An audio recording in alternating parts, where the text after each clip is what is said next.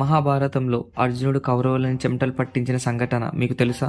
తెలుసుకోవడానికి వీడియోని చూడండి. భీముడు కీచకుడిని ఘోరంగా చంపిన సంగతి వెంటనే దుర్యోధనుడికి చేరగానే దుర్యోధనుడు ఇది భీముడు చేసిన పని అని వెంటనే తన దగ్గర ఉన్న సైన్యం మరియు మహారథులైన భీష్ముడిని, ద్రోణుడిని, కర్ణుడిని, దుశ్శాసనుడిని మరి ఇతరులతో వెంటనే యుద్ధానికి బయలుదేరతాడు విరాట దేశానికి. వారికి తెలిసిన ఒక రాజ్యం వారిని విరాట దేశంలో ఉన్న ఆవులని దొంగలించమని చెప్తాడు.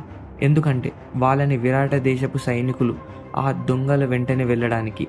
చివరికి రాజ్యంలో ఎవరు ఉండకపోయేసరికి పాండవుల పైన దాడి చేద్దాం అనుకుంటారు. ఫ్రెండ్స్, ఇలాంటి మహాభారత కథలు, కృష్ణుడి మహిమలు ప్రతిరోజు తెలుసుకోవడానికి వెంటనే మన ఛానల్ని సబ్స్క్రైబ్ చేయండి అండ్ బెల్ ఐకాన్ని క్లిక్ చేసి నోటిఫికేషన్స్ని ఆన్ చేసుకోండి. ఇప్పుడు కౌరవులు అందరూ విరాట దేశానికి వచ్చేశారు. ఆ రాజ్యంలో మాత్రం ఒక్క విరాట దేశపు సైనికుడు కూడా లేడు.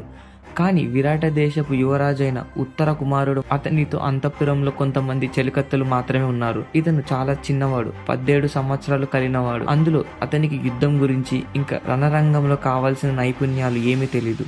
అయినా అప్పటికి అతను యుద్ధం చేస్తా అని వెళ్తాడు. ఇప్పుడు సమస్య ఏంటిదంటే అక్కడ రథసారథి ఎవరు లేరు. ఉత్తర కుమారుడిని యుద్ధం భూమి వరకు అయినా తీసుకొని వెళ్ళడానికి ఎవరు లేరు, చెలికత్తెలు తప్ప. అంతలో బృహల వేషంలో ఉన్న అర్జునుడు ముందుకు వస్తాడు రథసారథిగా.